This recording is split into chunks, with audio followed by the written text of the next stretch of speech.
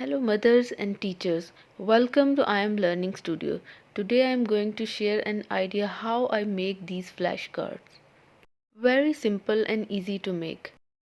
So it's best for ages 2 to 5 years.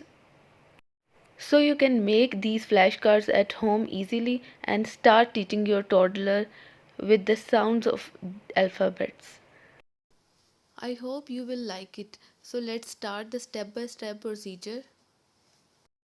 In step 1, take prints of the document. In step 2, laminate the alphabets and cut. In step 3, make holes in the flashcards and put a keychain in it. Step 4, teach your child sounds of alphabet. For free printable, contact us on imlearningstudio@gmail.com. Join us on Facebook and Instagram. Thank you.